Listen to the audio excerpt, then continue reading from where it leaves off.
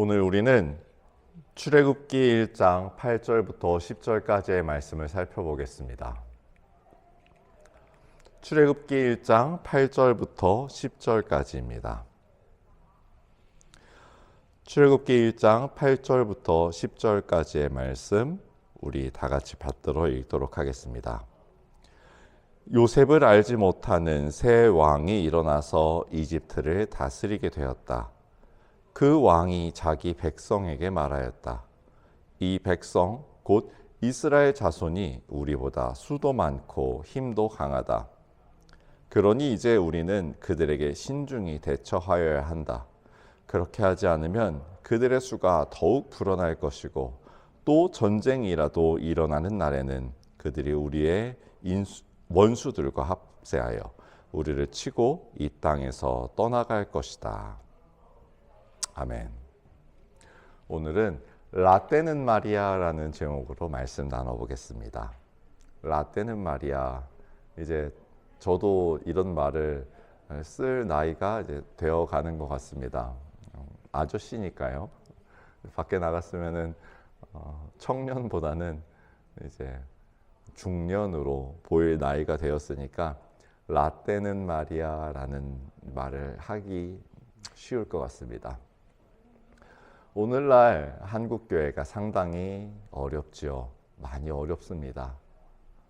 얼마나 어렵냐면은 고작 십수년 전에는 생각지도 못했을 만한 교회에 대한 인식과 이해, 그리고 그 저변에 깔려져 있는 생각들이 이제 우리의 발목을 잡고 있습니다. 물론 건강하지 못한 모습으로 보여지고 있는 교회나 목회자들도 분명히 있지요. 그분들이 없진 않습니다. 하지만 어느샌가 한국교회에서, 한국사회에서 한국교회의 전반적인 모습이 조금 더 부정적이고 약해지고 그리고 신앙이 힘을 잃어가고 있는 시대는 분명히 맞습니다. 저는 목회자의 입장에서 그리고 오랜 시간 부교육자로 담임 목사님들을 모셔온 입장에서 생각해 봤을 때 이 라떼는 마리아라는 말을 참 많이 듣고 영향을 받고 살아왔습니다. 목사님들께서 이제 많이 가르쳐 주셨어요. 청소년부나 주일학교를 담당할 때 라떼는 마리아 매일같이 밤을 새고 아이들을 뜨겁게 사랑하면서 열심히 사역을 했더니 한 달 만에, 6개월 만에, 1년 만에 100명이 모였고 이 자리에서 가득 채웠고 요새 젊은 사역자들은 참 그런 열정이 없는 것 같아. 라떼는 말이야 이렇게 다들 했는데 요새는 그렇지 않네. 이런 말을 많이 들었습니다.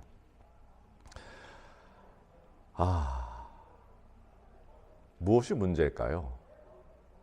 저희 젊은 사역자들의, 다음 세대 사역자들의 열정이 부족한 거고 개인주의적이고 자기 자신만 아는 생각이 문제인 걸까요? 아니면 또 어떤 문제가 사실은 그 저변에 깔려 있었던 걸까요? 오늘 우리가 살펴본 출애굽기 1장 8절부터 10절까지의 말씀은 출애굽기 전체의 서론과 같은 부분입니다. 이곳에서부터 이제 사건이 시작됩니다. 이곳에는 요셉을 알지 못하는 새 왕이 일어났다라고 표현을 합니다. 요셉을 알지 못하는 새 왕은 어떤 사람이길래 요셉을 몰랐던 걸까요? 그리고 그 사람은 정녕 요셉을 전혀 모르던 걸까요? 얼만큼 모르는 걸까요? 그리고 이스라엘을 어떻게 대했던 걸까요? 왜 그렇게 대해야만 했던 걸까요? 저희 사모가 들으면은 오늘도 열려라 성경 지식의 백과사전 이겠구나라고 이제 했을 만한데 듣고 나서 그렇게 생각하면은 저에게 피드백을 할 것 같습니다. 물론 이제 오늘도 그래서 성경 지식이 약간 필요한 부분이 분명히 있습니다. 헤브론에 살던 야곱, 그러니까 이스라엘의 제일 남방 땅이었습니다. 헤브론보다 조금만 더 내려가면은 이제 광야가 펼쳐져 있습니다. 그 광야에서 넘어가 가지고 이스라엘은 가나안 땅은 지중해 동쪽에 있으니까 지중해 남쪽 부분으로 광야를 지나가면 있는 곳이 바로 이집트 땅이죠. 헤브론에 살던 야곱이 요셉의 소식을 듣자마자 한달음에 이집트로 내려갑니다. 누구를 통해서 요셉의 소식을 들었죠? 바로 아들들을 통해서 들었습니다. 온 세상에 긴 흉년이 들어서 모두가 먹을 것을 구하지 못할 때 이집트 땅에는 여전히 먹을 것이 풍족하다더라. 그 소식을 듣고 곡식을 사러 간 아들들이 그곳에서 총리가 된 요셉을 만납니다. 그래서 요셉을 통해서 아버지도 모시고 오십시오 이야기 듣고 가서 소식을 전하자마자 야곱이 육신을 아주 노구의 육신을 이끌고 한달음에 이집트로 내려옵니다. 물론 그때 나이가 130이었으니까 뛰어오진 못했을 거고요. 당시 파라오가 요셉을 통해서 총리의 아버지를 모셔오라면서 마차를 보내줬습니다. 그 마차를 타고 왔겠죠. 이후 야곱의 이름 이스라엘을 딴 이스라엘 가문은 이집트에서 지내는 동안 약 200만 명 정도의 이스라엘 민족으로 불어났다가 우리가 성경을 볼 때의 정론입니다. 물론 성경에서 나온 숫자는 60만 명인데 이때 장정의 숫자, 싸울 만한 장정의 숫자가 60만 명이니까 보통 장정이 있으면은 그와 결혼한 그 아내가 있을 거고요. 그의 노년의 부모나 아주 어린 자녀가 있을 테니까 장정의 숫자에 2배, 3배 해가지고 보통 곱하기 3 정도를 하면은 장정만 센 숫자의 실제 총 인구가 나오지 않는가라는 게 이제 보통의 계산 방법입니다. 약 200만 명 정도의 이스라엘 민족으로 불어납니다. 머문 기간은 이후 출애굽기 12장 40절에 430년이라고 나오니까 정확하게 나오네요. 430년 동안 머물렀습니다. 문제는 머문 시기인데요. 이 머문 시기에 대해서 두 가지 학설이 있습니다. 둘 다 성경을 근거로 한 학설입니다. 첫 번째는 요셉입니다. 요셉이 정책을 냈잖아요. 요셉이 7년의 풍년과 7년의 흉년을 지나는 동안 결과적으로 이집트 땅은 모든 땅과 모든 재산을 누가 가지게 됐죠? 바로 파라오, 왕이 가지게 되었습니다. 이게 우리가 정치사적으로 봤을 때는 강력한 중앙 집권 정권의 탄생이다라고 볼 수 있는데 이집트는 자신들의 고대사를 비교적 세세하게 다 기록해 놓고 있는 민족입니다. 고대 이집트의 정보를 쭉 살펴보다 보면은 강력한 중앙 집권 정책이 설립되어서 추진되어서 왕권이 강화된 시기가 실제로 발견이 됩니다. 이게 첫 번째 근거입니다. 두 번째 의견은 오늘 우리가 읽은 구절의 바로 뒤에 나오는 국고성 라암셋을 건설했다는 점입니다. 국고성 라암셋을 시키자 이스라엘 백성이 너무 숫자가 불어나고 힘이 강해지니까 저들을 좀 힘들게 하자, 괴롭게 하자, 거대한 계획 도시를 짓는 노동력으로 사용하자. 이게 11절 바로 이후에 나오는 내용입니다. 그런데 이 라암셋을 건설한 파라오가 바로 유명한 람세스 2세입니다. 영화 10개나 이집트 왕자 등을 통해서 우리에게 널리 알려진 인물이죠. 그러니까 10개나 이집트 왕자라는 영화는 두 번째 의견을 받아들여서 그걸 근거로 만든 영화인 겁니다. 두 의견이 사실 뭐 시기가 약간의 차이다 아니면 조금 벌어졌다 하면은 430년보다 조금 더 길었나 보다. 옛날 사람들이 숫자를 셀 때 사실 좀 이랬다 저랬다 하는 부분이 있으니까 이렇게 생각하고 넘어갈 텐데 문제는 1번 의견과 2번 의견이 200년의 차이가 납니다. 총리 요셉의 중앙 집권화 정책, 국고성 라암셋 건설 분명히 다 확고한 증거인데요. 우리가 구약 성경을 유심히 읽다 보면은 이런 식으로 충돌하는 부분이 많이 있습니다. 고대인들의 역사 기록에 대한 관점이 현대인들과 차이가 있기 때문에 생기는 오해입니다. 이거는 결코 이 역사가 허구였다든지 창작이었다든지 그런 부분이 아닙니다.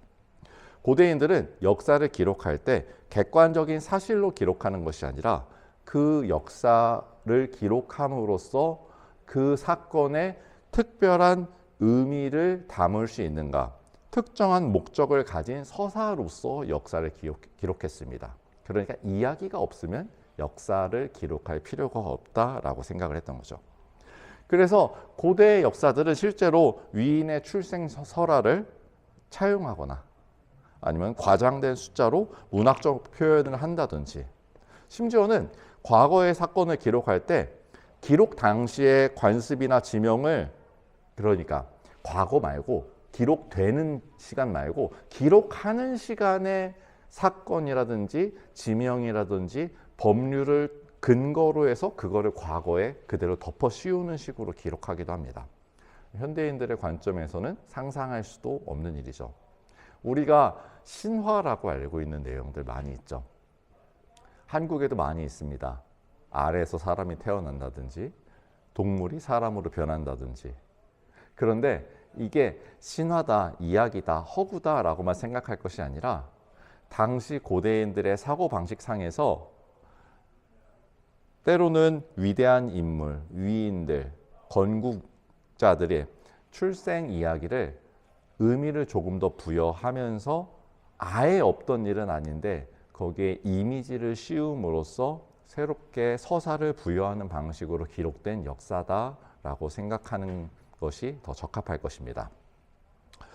우리가 성경 외에 이집트 고문서들의 내용을 좀 더 정리해서 우리 아까 말했던 출애굽 시기에 대해서 결론을 지어보도록 하겠습니다. 물론 이건 아직도 학계에서 결론 나지 않은 이야기입니다. 제가 말씀드렸던 두 가지 이론 중에서 첫 번째는 보다 정통적인 성경학파의 주장이고, 두 번째는 고고학 유물을 토대로 해서 말하는 주장인데, 이제 둘 다 완벽한 스모킹건이 나온 건 아니어가지고 그냥 아직은 50대 50입니다만 저는 전자의 의견을 이제 들어주기로 했습니다. 이집트 고문서들의 내용을 정리해 본다든지 요셉의 이집트 이름인 사브낫 바네아가 이집트의 중앙 집권화가 이루어질 때 집중적으로 발견되기 시작했다라는 점을 토대로 해서 저는 전자의 손을 들어주는데, 그런 의미로 봤을 때 출애굽기 1장 11절에 라암셋이 나오는 것은 사실은 200년 뒤의 사건이거든요. 200년 뒤면은 이집트 백성이 출애굽을 한 이후로부터도 광야에 40년, 그리고 가나안 땅 정복하고 나서에 있을 일인데, 아마도 기록한 당시에 라암셋 이집트에서 그 대규모의 노예를 부려서 라암셋이라는 국고성을 지었던 일들을 차용해가지고 역사에다가 추가해 넣은 내용으로 추정을 하고 있습니다. 이 시간표를 기준으로 역사를 재구성해 보겠습니다. 야곱의 가족이 이집트 고센 땅에 정착한 첫 100년간은 이집트 고고학상 중왕조 시기입니다. 당연히 요셉의 덕을 크게 봤죠. 그리고 요셉의 정책으로 중앙 집권화가 이루어졌습니다. 그러니까 이 당시에는 왕의 비호 아래에서 이스라엘 백성이 잘 정착하고 퍼져나갈 수 있었습니다. 강력한 실권을 가지고 있었던 셈이죠. 그런데 이게 우리가 조심해서 살펴봐야 되는 게, 이스라엘 백성이 강력한 실권을 가지고 있다 하더라도 이들의 직업이 뭐죠? 이들은 목축업자였습니다. 양치는 사람, 소를 기르고 젖을 먹이고 이런 사람들이었어요. 이스라엘 백성이나 이집트 백성이나 모두 다 고기를 필요로 했습니다. 물론 서민들은 보통은 닭을 사용했지만, 가금류를 사용했지만 어쨌든 소는 필요했고 양 필요했습니다. 키울 필요는 있었는데 이집트 백성들은 근본적으로 목축업을 천한 산업으로 여겼어요.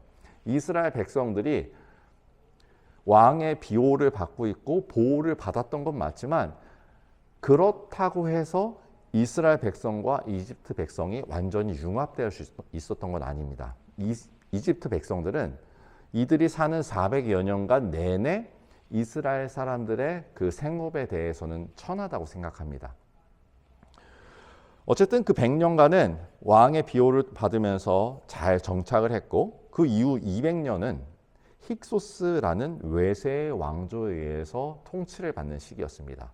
이 당시 이집트는 남과 북으로 나눠져 있었어요.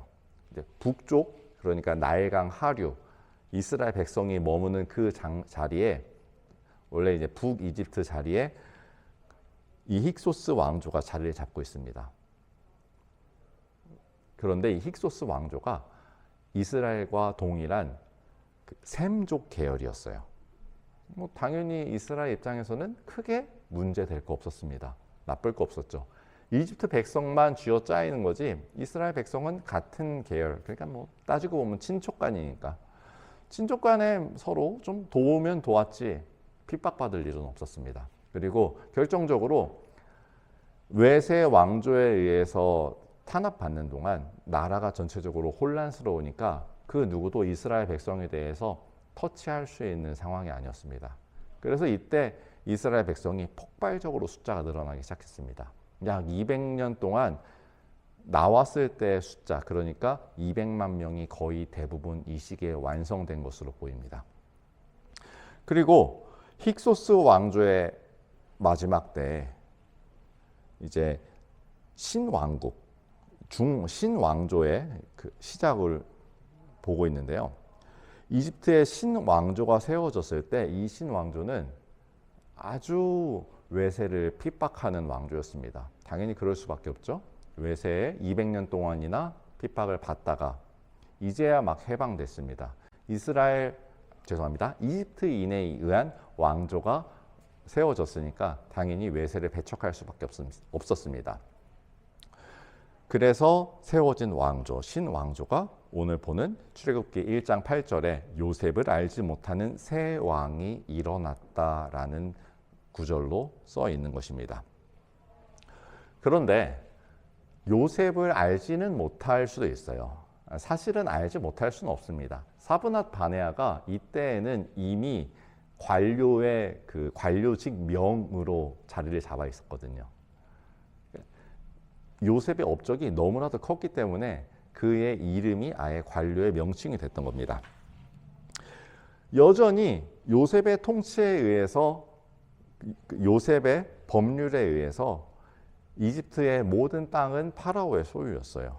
신왕조 때에도. 그러니까 결국은 이 신왕조의 새로운 왕조도 요셉이 세워놨던 기틀의 이집트 위에 자리를 잡고 있는 거죠. 하지만 이들에게 그건 중요하지 않습니다. 이집트 문화를 보다 보면은 유독 많이 느끼는 건데, 이집트 사람들은 자신의 흉을 절대로 드러내지 않았었습니다. 치적은 크게 포장을 하고 크게 이야기를 했는데 자신들의 흉이라든지 약점은 절대 이야기하는 법이 없었어요. 그러니까 이방인인 요셉이, 사브낫 바네아가 나라에 좋은 영향을 많이 끼쳐가지고 큰 덕이 되었고, 뭐 그들의 같은 민족이 이렇게 살고 있다더라, 이런 얘기는 기록할 수도 없습니다. 그래서 출애굽에 대해서도 정확하게 기록이 되어 있는 부분은 없습니다. 출애굽기에 나온 대로 역사가 이루어졌다면은 이집트에는 너무나도 큰 타격이잖아요. 이집트가 모시는 우상 신들 10신이 전부 다 공격을 받고, 심지어 왕궁의 왕자도 죽고, 그리고 정예 군사들이 홍해 바다에 빠져 죽었으니까요. 어쨌든 그 100년 동안, 마지막 100년 동안 이스라엘 백성이 핍박을 받기 시작하는데요. 계산해 보면은 정확하게 딱 100년에서 104년 정도로 추정됩니다. 그런데 출애굽 당시에 모세의 나이가 몇 살이죠? 80이었습니다. 그럼 역산해 보면은 핍박이 된 지 약 20년 만에 모세가 태어나는 겁니다. 모세가 태어날 때의 장면을 기억하시죠?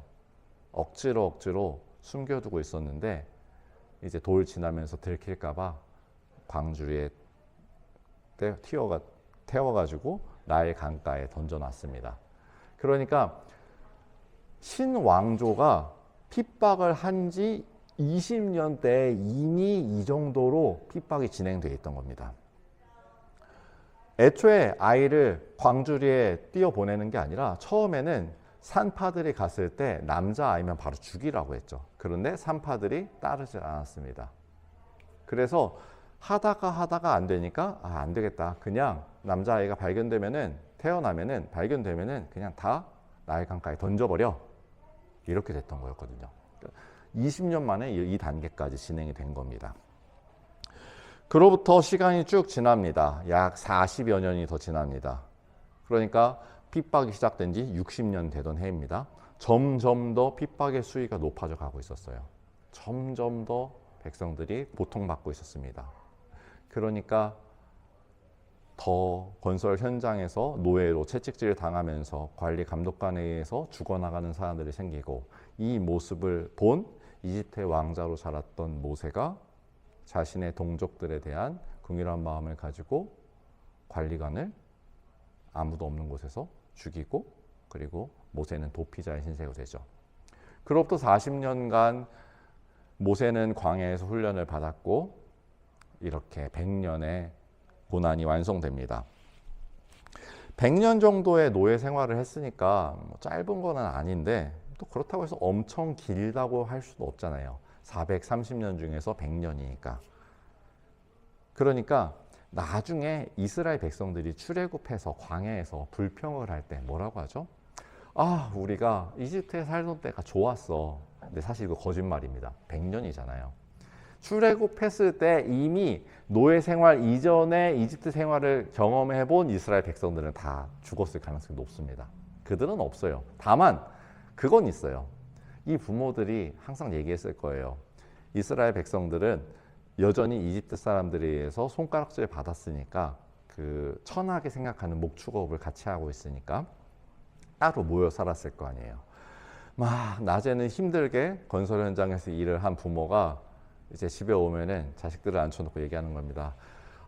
라떼는 말이야, 이렇게 막 상추도 뜯어먹고 고기도 구워먹고 정말 좋았는데, 요새 그 파로 바뀌더니 살기가 너무 힘들어졌어. 아마 그랬겠죠. 그러니까 그 얘기만 듣고 살았던 이스라엘 백성들이 자기는 날 때부터 노예였으면서 출애굽했을 때 모세 앞에 가서 얘기하는 겁니다.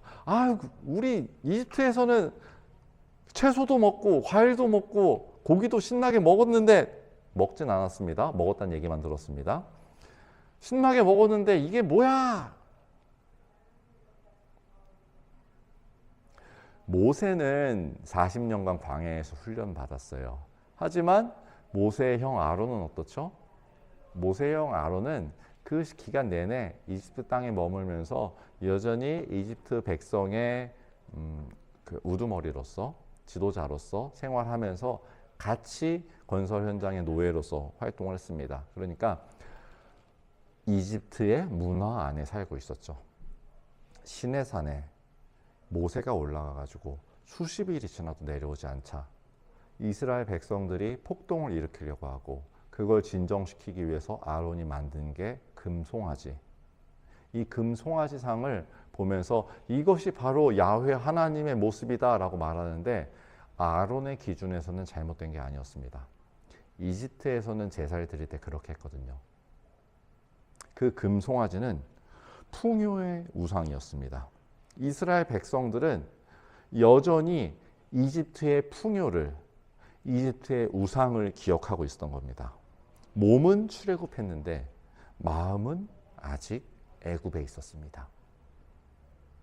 그래서 하나님께서 이스라엘 백성을 광야 40년 돌린 이유는, 첫 번째, 그들의 노예 근성을 빼고 그들이 하나님의 백성으로 다시 거듭나게도 해야 되겠지만, 두 번째, 세상의 풍요에 젖어들어 있던 그 나태한 것들을 광야에서 내려놓고 깎아내고 씻어야 할 필요가 있었기 때문이었습니다. 자, 돌고 돌아서 다시 한번 이야기해 보겠습니다. 오늘날 한국 교회가 상당히 어려운 상황에 처해져 있습니다. 마치 당장이라도 찍어내야 할 적폐 취급을 받고 있기도 합니다. 세상의 문화가 많이 그렇습니다. 그리고 우려되는 대중문화들도 점점 많이 생겨나고 있습니다. 그런데 정말로 과거를 이야기해 보자면은 한국 사회에 있어서 교회가, 기독교가, 기독교 문화가 안 좋은 영향을 끼친 게 맞았을까요? 한국에 세워진, 대한민국에 세워진 최초의 근대식 병원, 그리고 대한민국에 세워진 최초의 학교, 사립학교, 그리고 여성교육기관, 전부 다 기독교가 만들었습니다. 배재학당과 이화학당, 광해원, 전부 다 기독교가 만들었죠. 그리고 한글 보급도 성경을 한글로 번역하고 성경을 퍼뜨리면서 본격적으로 대중들이 다 사용을 하고, 그리고 대중들이 글을 깨우치게 되었습니다. 평등에 대한 것도, 인권에 대한 것도, 여성의 인권에 대한 것도, 그리고 기초 의료에 대한 부분도 전부 다 기독교에서 초기에 배급했던 겁니다. 심지어는 그 당시 한국이 일제치하에서 식민 지배를 받고 있을 때, 고통을 당하고 있을 때 독립운동가들도 상당수가 기독교인이었고요. 애초에 독립운동의 정신 자체가 기독교의 평등과 인권 사상에서부터 시작되기도 했습니다. 분명히 기독교는 대한민국의 시작에 좋은 계몽의 역할을 감당했었습니다. 라떼는 말이죠. 그런데 이제 왜 이렇게 핍박당하고 손가락질 받는 걸까요? 뭐가 문제일까요? 요새도 선배 목사님들이 나 때는 말이야 전도가 참 쉬웠어 라고 말한다면은, 네, 그거는 바로 이 1세대들의 헌신에 의해서 세워진 좋은 이미지로 인한 결과라고 저는 평가하고 싶습니다.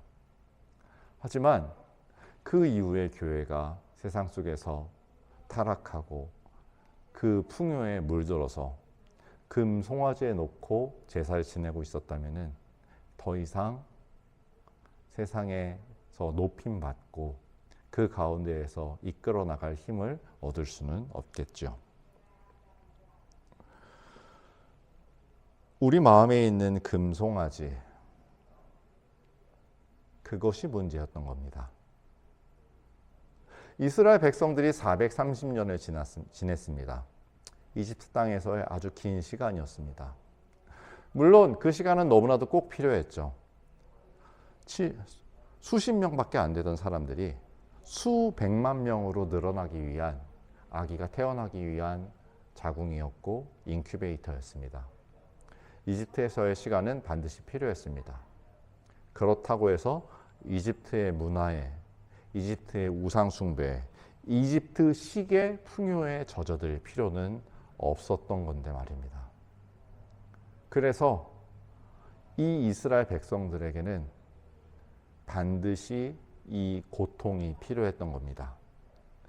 요셉을 알지 못하는 새 왕이 일어나서 이스라엘 백성들에게 고통을 주듯이, 하지만 그 새 왕조차도 요셉이 세워놓은 업적 위에 서서 나라를 다스렸던 것처럼 분명히 초기 기독교는 한국 사회에 아주 긍정적이고 선한 영향력을 많이 끼쳤습니다.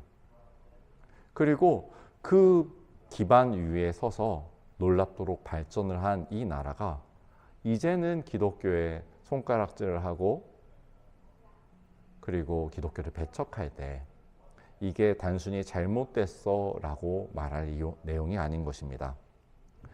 왜냐하면 이스라엘 백성에게 이 시간이 필요했던 것처럼 오늘 우리에게도 이것이 필요하기 때문입니다. 이스라엘 백성은 자, 이제는 하나님이 말씀하셔도 나는 이곳이 좋사오니 나는 그냥 고센 땅에서 더 커질래. 당시 이스라엘 인구가 200만 명. 이집트 인구는요? 이집트 인구는 전체 약 250만에서 350만 사이라고 얘기를 합니다. 그러니까 이집트 사람이나 이스라엘 사람이나 숫자가 비등비등해졌어요. 오늘 본문에도 말하고 있죠. 이 이스라엘 자손이 우리보다 수도 많고 힘도 강하다.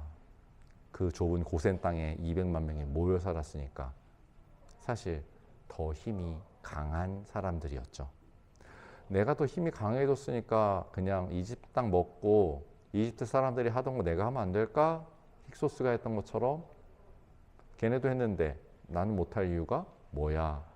가 맞는 이야기겠죠. 아니요, 그렇지 않습니다. 하나님께서는 분명히 가나안 땅으로 돌아올 것이다. 하나님께서 약속한 그 거룩한 땅으로 돌아와야 한다라고 이야기를 했기 때문에 이스라엘 백성은 돌아와야만 했었습니다. 하지만 330년의 정착 기간 동안 이제는 움직이고 싶지가 않고, 이제는 내가 이 풍요를 누리고 싶고, 이제는 이곳에서 내가 더 많은 걸 하고 싶고, 한국교회가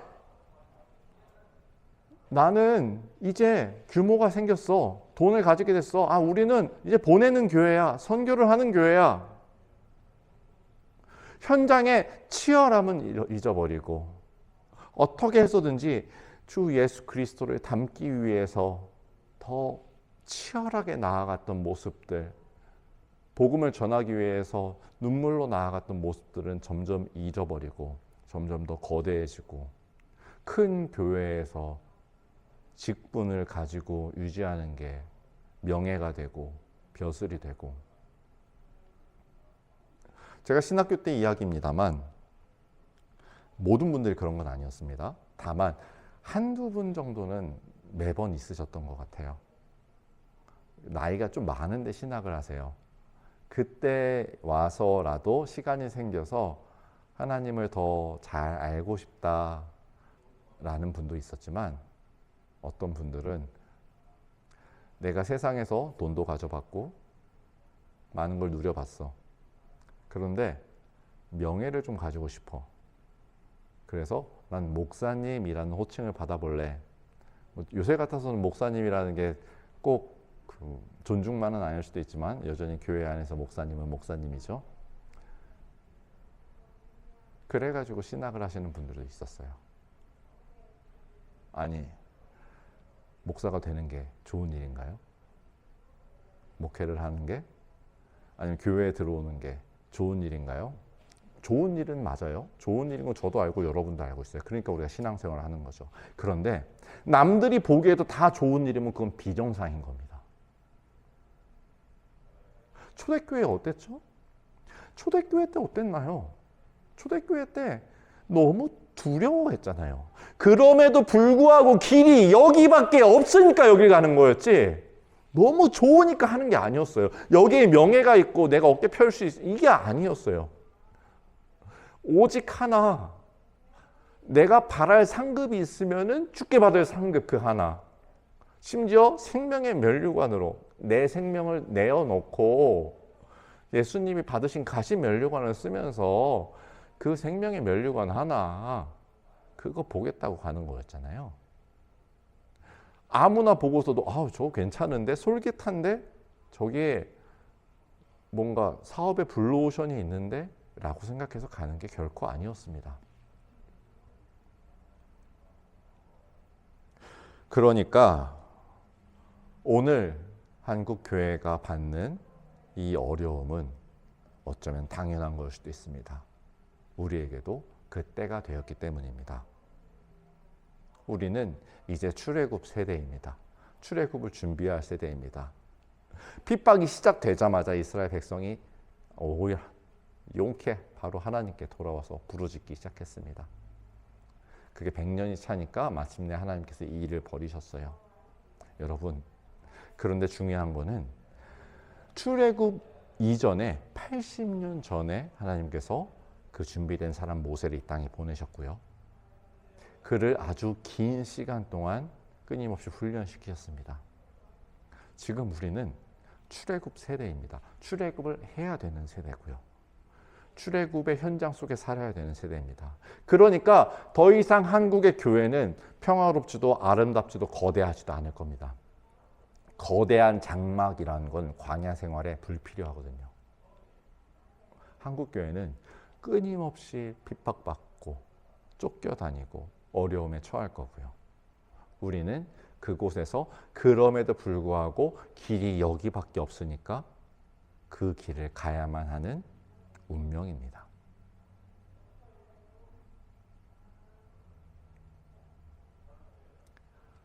그 운명에 200만 명으로 서지 말고 하나님께서 미리 준비한 한 사람 모세로 서시기를 축원합니다.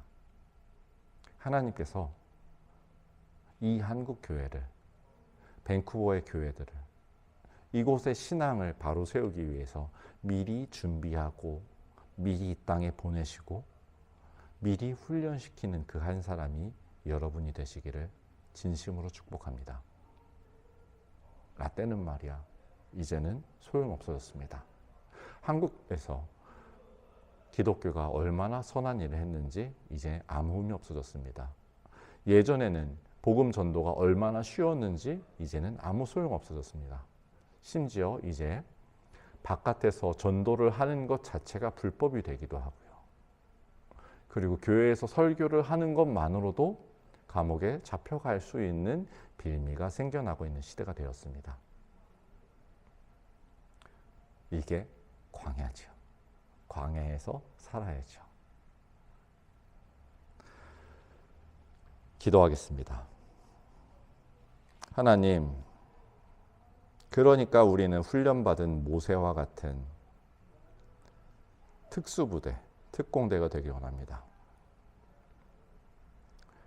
하나님, 우리는 이 한국교회의 미래의 등불이 되길 소망합니다.